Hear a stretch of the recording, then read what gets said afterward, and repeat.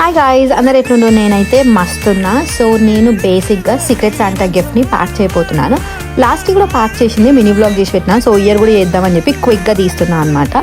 So నేను ఈ last year అయితే ఆఫ్టర్ షేవ్ ఇచ్చాను అండ్ ఈ ఇయర్ షూస్ తీసుకున్నాను అనమాట. బికాజ్ నిన్న మేము ఆల్ ఆఫ్ అ సడన్ మాల్కి వెళ్తే హాఫ్ ప్రైస్లో, అంటే ఈ షూస్ 3000 చేంజ్ ఉండిందే అండ్ నాకు 1500 అంటే ఇండియన్ కరెన్సీలో అప్రాక్సిమేట్గా అబౌవ్ 1500, బట్ 1500 లోపు పడింది అనమాట. సో ఇది కొంచెం తక్కువలోనే వస్తుంది కదా అని చెప్పి తీసుకున్నాను.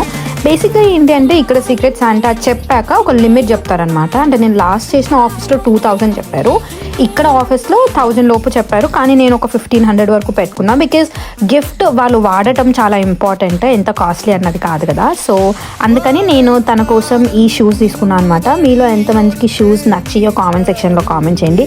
ఇంతకీ మీ సీక్రెట్ శాంటా ఏమి ఇచ్చాడో కూడా కామెంట్ చేయండి. బికాజ్ నా సీక్రెట్ శాంటా ఇంకా నాకు గిఫ్ట్ రాలేదనమాట. వచ్చాక మినీ బ్లాగ్ చేస్తాను. ఈ